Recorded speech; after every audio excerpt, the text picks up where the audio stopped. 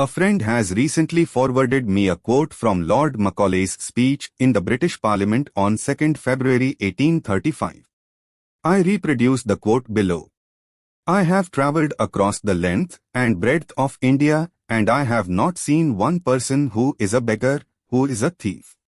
Such wealth I have seen in this country, such high moral values, people of such caliber, that I do not think we would ever conquer this country, unless we break the very backbone of this nation, which is her spiritual and cultural heritage, and, therefore, I propose that we replace her old and ancient education system, her culture, for if the Indians think that all that is foreign and English is good and greater than their own, they will lose their self-esteem, their native self-culture, and they will become what we want them, a truly dominated nation. The email requested me to forward me to every Indian I know. I was tempted, but there were two oddities about this quote. First, the language, which appeared too modern. Second, this was far too obvious and too cynical for Macaulay, who was an apologist of the empire and believed in its high moral purpose. The quote was obviously a fraud.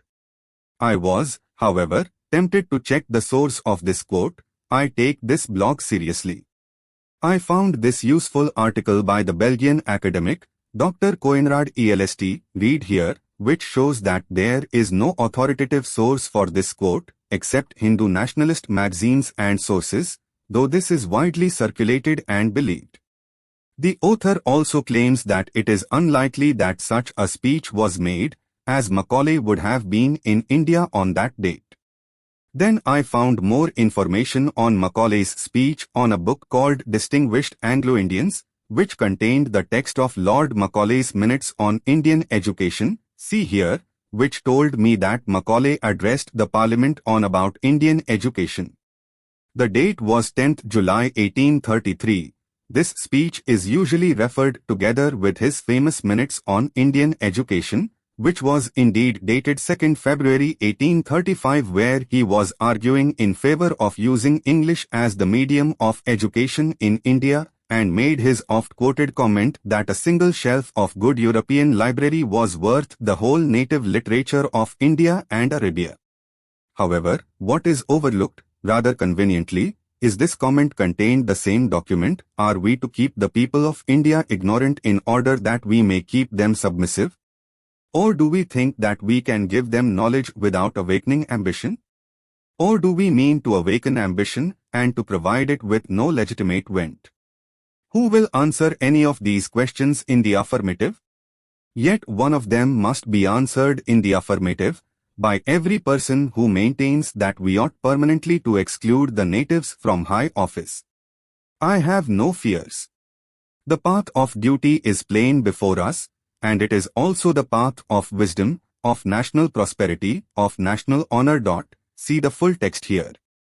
Clearly, Macaulay was saying something directly opposite to what has been quoted as his. There is indeed a clear reason why this distorted quote was invented. This is indeed RSS and its followers, who put words on Macaulay. I now know RSS even referred to English-speaking Indians as children of Macaulay. The quote above, passed on by my trusting friend, is a spoof, RSS trying to interpret what Macaulay might have meant. I am sure those who did it knew that Macaulay also put Arabic on the same boat as Sanskrit. Indeed, the same minutes contain another classic Macaulay quote, which underlines his intentions, which would eventually become the bedrock of all British colonial strategy. We must at present do our best to form a class who may be interpreters between us and the millions whom we govern, a class of persons, Indian in blood and color, but English in taste, in opinions, in morals, and in intellect.